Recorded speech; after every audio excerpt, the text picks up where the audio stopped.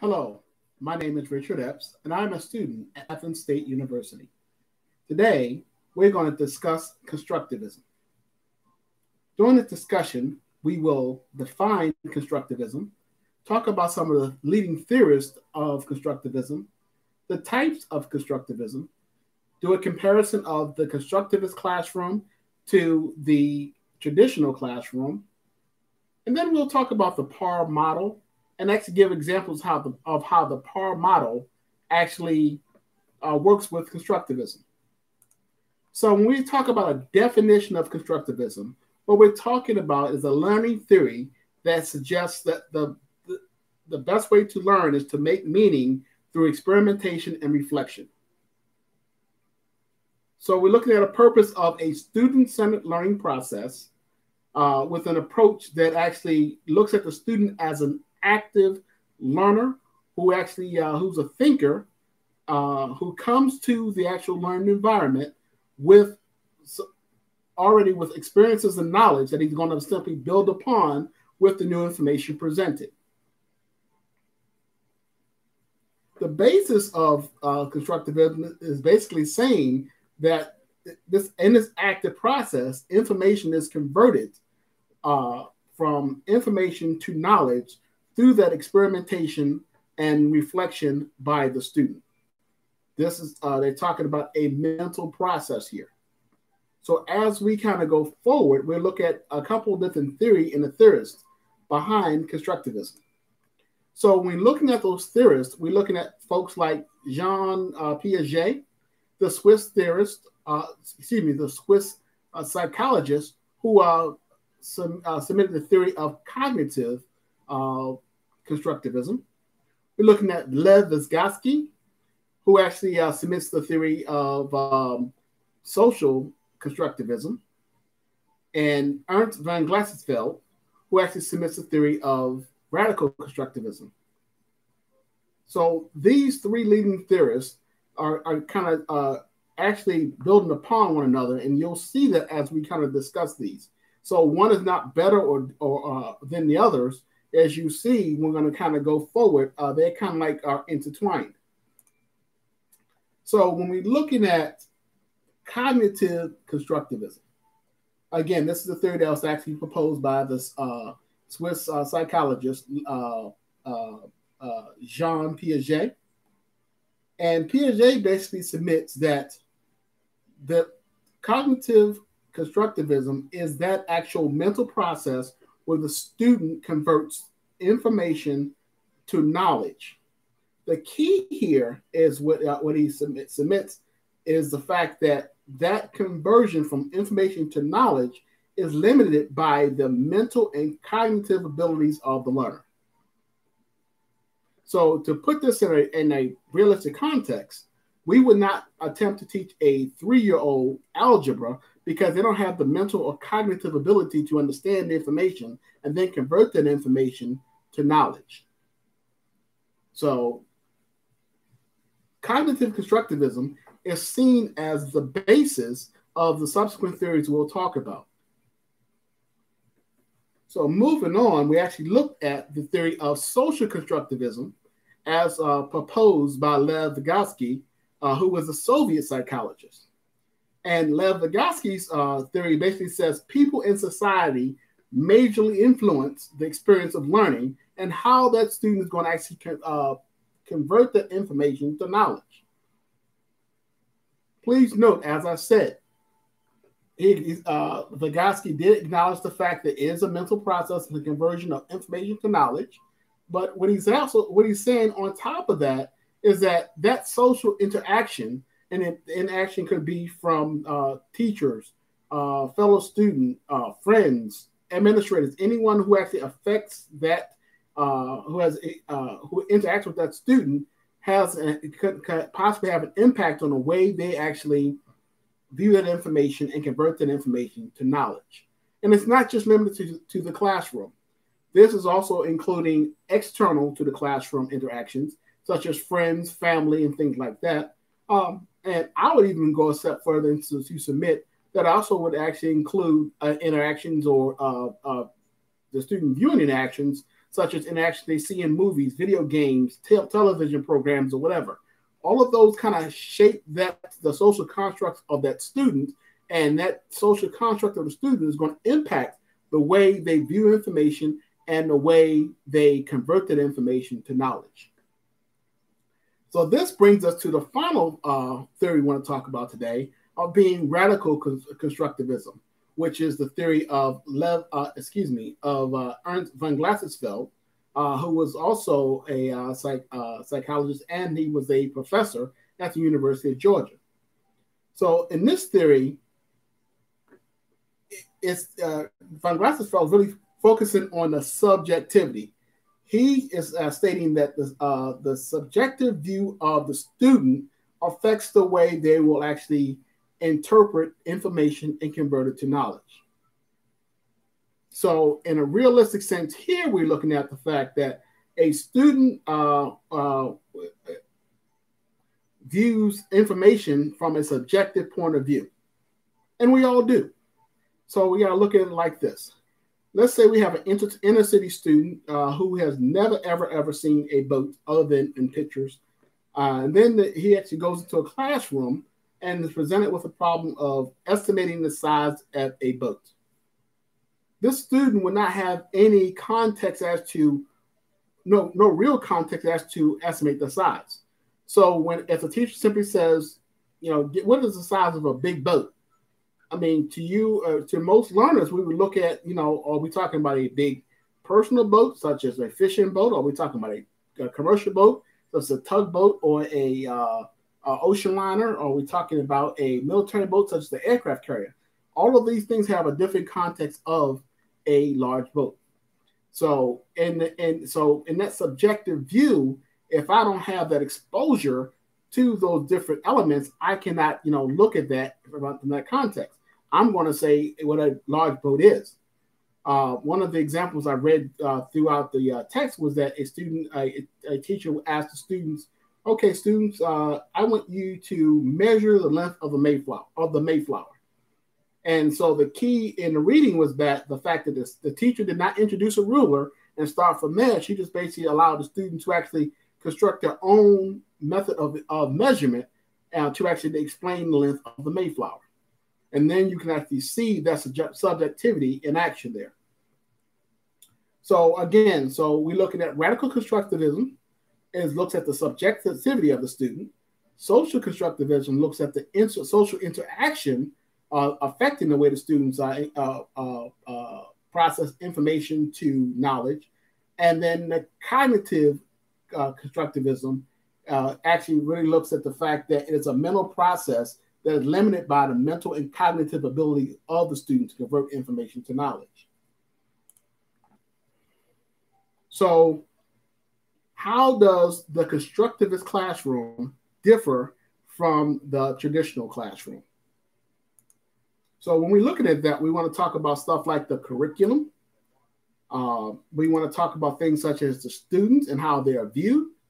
We want to look at things such as the roles of the teachers. And lastly, we want to look at the assessment process. How our assessment done?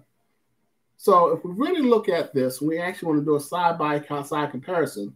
We want to start with the actual teacher. So in a traditional classroom, it is teacher focused, with the teacher acting more of in a didactic manner, putting out information in a part to whole manner and use to actually build skills from the bottom up. Conversely, in a constructivist classroom, the teacher is interactive, mediating the environment, and presents curriculum in a whole to part manner from top down teaching concept. So here in that constructivist classroom, as we said, we're going to that student actually kind of does more learning through the exploration and reflection, and then actually locks those concepts in. So when we look at the next phase here, when we're talking about the students in a traditional classroom, they are seen as a blank slate or empty vessel, waiting to be actually filled with knowledge by the teacher. They normally work individually and pretty much move along at this, are expect to move along at the same pace. Conversely, in the constructivist classroom, the students are seen as thinkers and learners, and they come to the learning environment with preconceived notions, information, and knowledge that they're simply going to build upon with the new information presented. So this classroom is actually focused on questioning and gaining insight through the experimentation we talked about. A little different, okay? So again, traditional classroom, they're working in as individuals. In the constructivist classroom, they're working as groups. Now we're going to look at the assessment process in this classroom. So the assessment process in the traditional classroom is kind of set aside from the actual lesson itself. So in the traditional classroom, the whole class pretty much moves along through the curriculum, let's say as a block. So at the end of a particular block of instruction, they are tested. Once the students are tested, they move on to the next block. So the assessment process is kind of separate from the actual learning. In the constructivist classroom, the assessment is actually interwoven within the actual learning itself. And the teacher mainly assesses the student through observation of their ability to apply the concepts that they actually were exposed to. And the teacher will actually, if they cannot see those applications, they use things such as Socratic questioning to actually look at the student's depth of knowledge.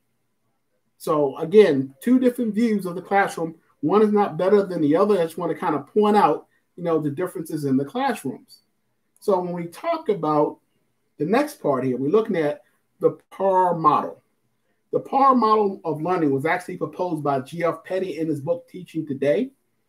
So in this model, it's a pretty simple and straightforward learning model. It has three parts. And he's talking about the present. Then he's talking about the students then applying that information, and then finally reviewing.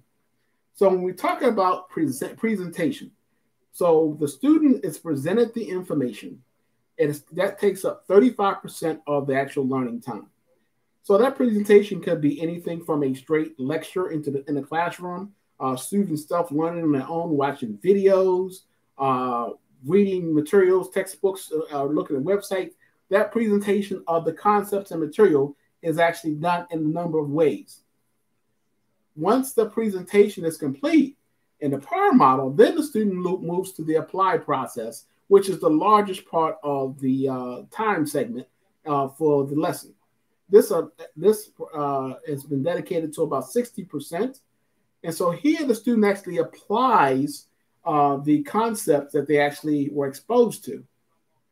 So on the PAR model, the students then go through experimentation and actually look at trying to understand those concepts that they actually read about. So they're actually going to try to actually use or employ those concepts.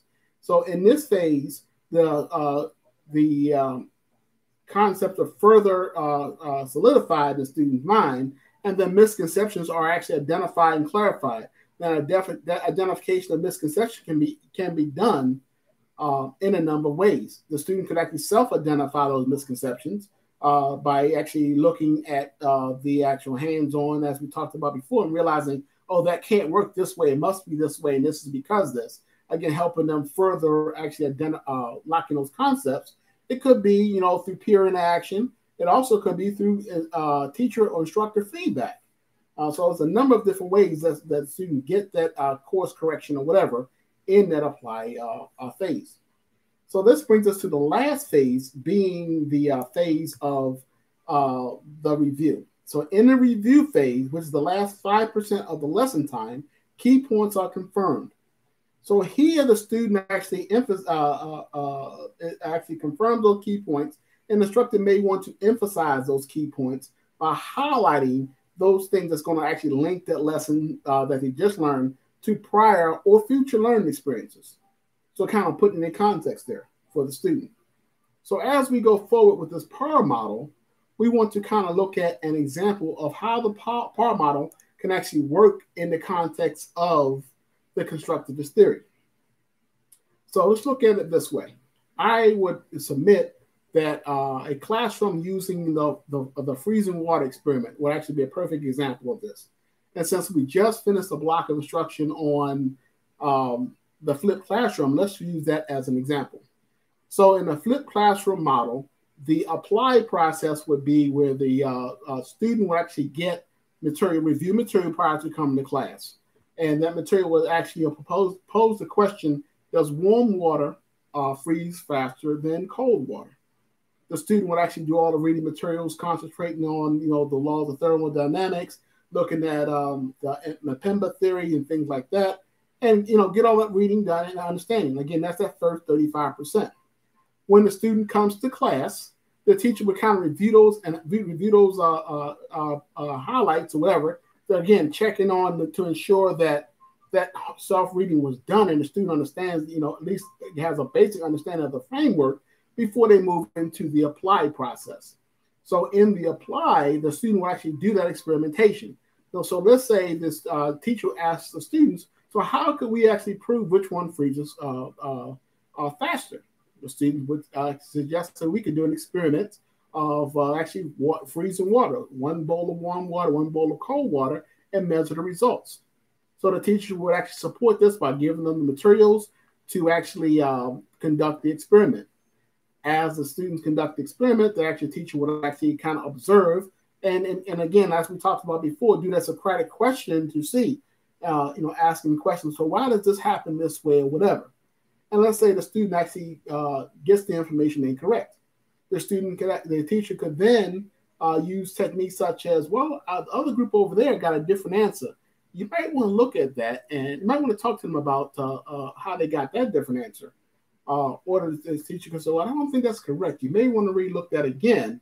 And then again, this prompting the student to kind of go check their facts again, because in this process of apply, this is when the student is actually going to, again, identify those errors and omissions and misconceptions and clarify them. And that's how the teacher does that. So let's say at the end of this scenario where the students actually have done this experiment, the teacher has each one of the students actually do a presentation for the class. And this we would actually look at as being the review portion of the PAR model. So in the review portion, remember, the last 5% when key points are confirmed and the information is linked to other lessons. So as the students, each one of the groups gets up and actually gives their presentations, then the teacher again further does that questioning and highlights those key points or whatever. So this is how the PAR model will fit very, very well with the constructivist learning theory. And oh, by the way, as you see with the flipped classroom. So what we've talked about, we defined what constructivism was. We talked about the theorists, those being Piaget,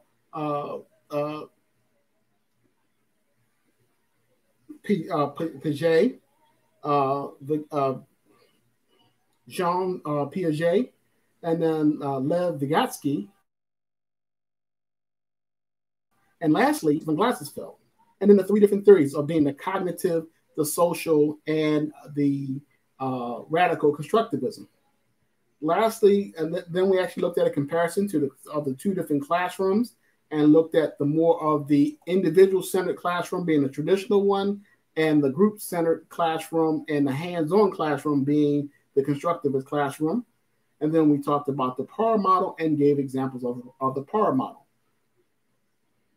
So here you see some of the references that we used to build this presentation. I hope you got good information out of this presentation. Thank you for your time.